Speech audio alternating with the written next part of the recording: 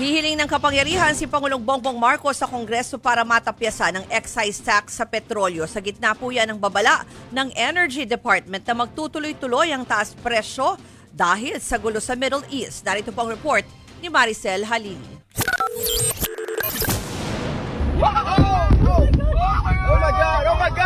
Kung magtutuloy-tuloy ang matinding tensyon sa gitnang silangan, pihadong tuloy-tuloy din ang pagtaas ng presyo ng petrolyo sa Pilipinas. Kaya ikinukonsidera ngayon ng administrasyon ang paghingi ng Authority to Reduce Excise Tax para kay Pangulong Bongbong Marcos sakaling mangyari ito. I am going to talk to the leaders in both the House and in the Senate to maybe this is not yet a sure thing, but this is something that we are discussing, and it could be helpful. Is to give me the President the authority to reduce excise tax on petroleum products should Dubai crude exceed $80 per barrel. Pero paglilinaw ng Department of Finance, hindi lang ang presyo ng petrolyo ang ikinukonsidera sa pagdedesisyon kung kailangan ito. Kasama rin dito ang duration o tagal ng paglobo ng halaga ng petrolyo. Even if it exceeds $80 per barrel, doesn't mean we react right away. It also has to exist for a certain period of time.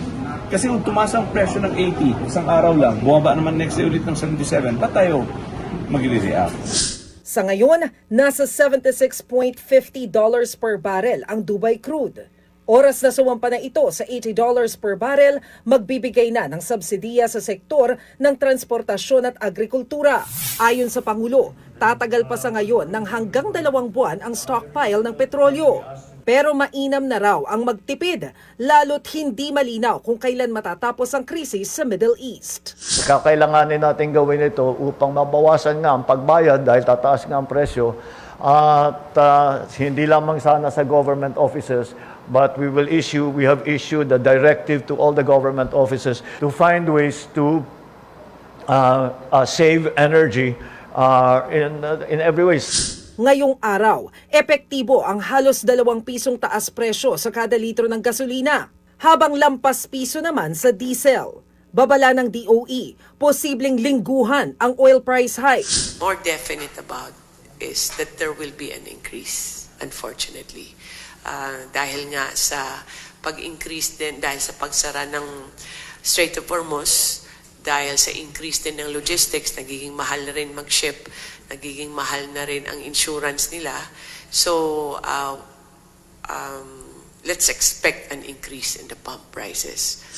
Ang grupong Pasang Mazda, muling binubuhay ang petisyong pisong provisional fare increase sa mga jeep. Ang pangako ko bilang petitioner, pag nag-normalize, ibaba natin sa ating presyo. Pero hindi nag-normal eh. Pataas ng pataas eh. Bukod sa presyo ng langis, malaking problema rin ang kaligtasan ng mga Pinoy na naiipit sa gulo. Sabi ni PBBM, higit 1,400 na Pinoy na ang gustong magpa-repatriate. Yun nga lang, hindi pa sila mapauwi. Bukod sa sarado ang mga paliparan, nangangamba rin ng Pangulo na matulad ang commercial plane ng Pinas sa fighter jet ng Amerika na aksidenteng pinabagsak ng Kuwait. Wala naman raw sa posisyon ng Pilipinas para manawagan ng tigil putukan, lalo't hindi naman tayo kasali sa gulo. Pero umaasa pa rin ang Pangulo na humupa ang tensyon sa pagitan ng US, Israel at Iran para na rin sa kaligtasan ng mga kababayan nating namamalagi sa Middle East. Para makatulong sa mga OFW sa Middle East, may libreng tawag sila sa PLDT at SMART. Ang mga kaanak naman dito sa Pilipinas, makakatawag ng libre sa PLDT, SMART at TNT para kumustahin ang mga OFW sa Middle East. Epektibo ito hanggang March 7 at posible pang palawigin. Nagbabalita mula sa Frontline, Maricel Halili, News 5. Mga kapatid, ako po si Ruth Cabal. Dito tayo sa totoo, dito tayo sa True FM. Mag-follow at mag-subscribe din po kayo sa aming social media accounts at True Network PH. Diyan po yan sa aming X na dating Twitter, sa FB, sa Instagram, sa YouTube, sa TikTok at sa mga podcasts. At syempre, tutok din po kayo sa Signal True TV Channel 19.